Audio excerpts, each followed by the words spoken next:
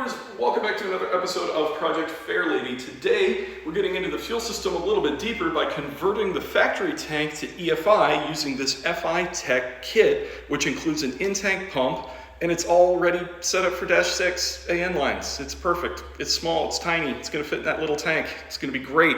So yeah, let's get it unboxed. Let's get going.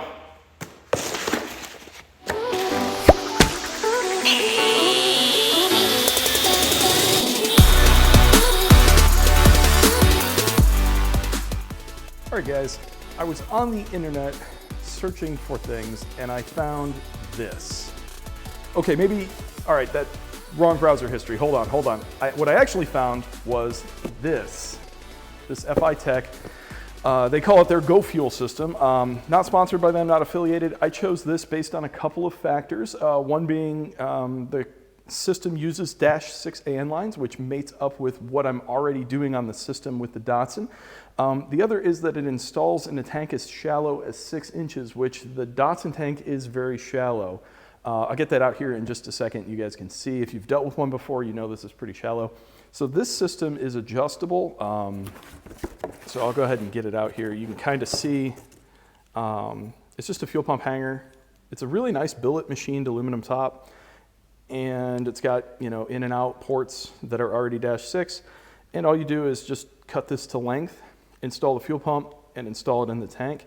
The only trick, there's a couple little tricks in the instructions. We'll go through it as we kind of do everything.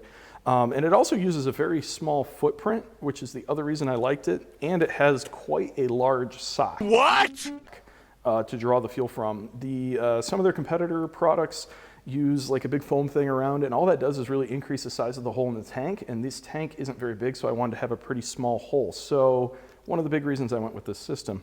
And for the cost, the system's actually pretty economical. It comes with a fuel pump that is more than adequate for the power output this car's gonna be seeing. If you're gonna do a 800 horsepower conversion or something crazy, you're definitely gonna want a bigger fuel pump.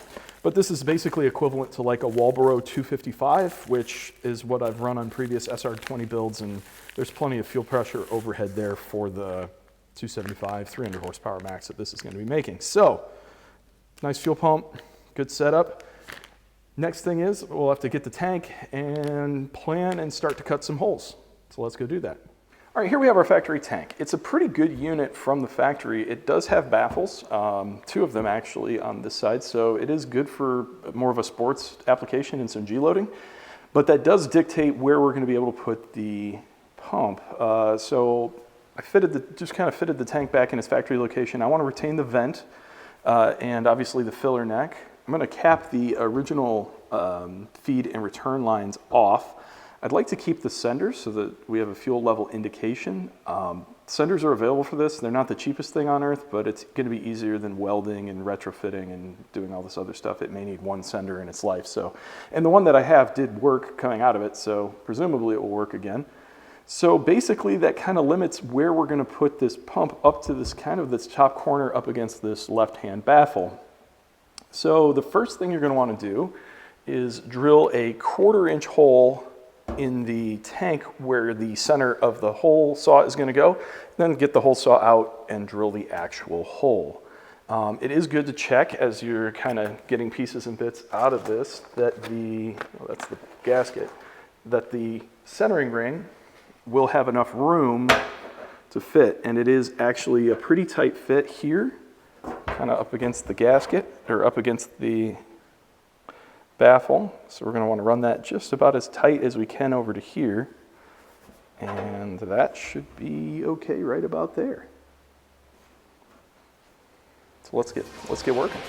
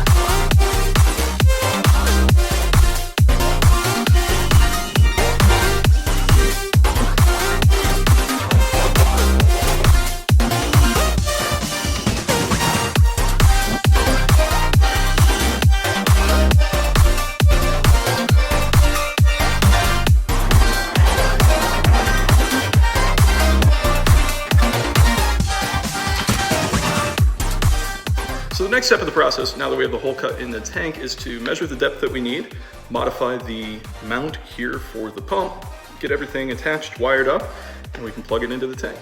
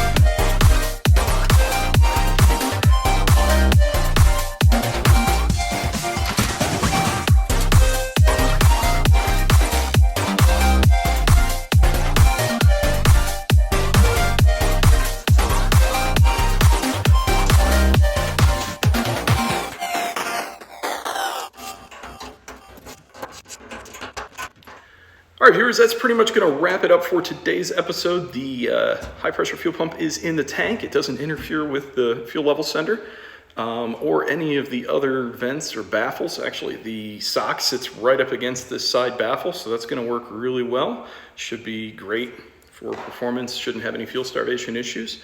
So yeah, pretty excited and pretty impressed with the EFI Tech setup. It's relatively simple, but that's kind of the beauty of it, is that it is simple and it installed very easily. Next step for the next video, I guess, is going to be finishing up the fuel lines, getting those run to the front of the car, and getting the fuel rail and all that kind of stuff tied together so that we'll have a complete fuel system. So if you like what you saw, click the subscribe button, click the bell, and we will probably see you in the new year. Thanks for watching.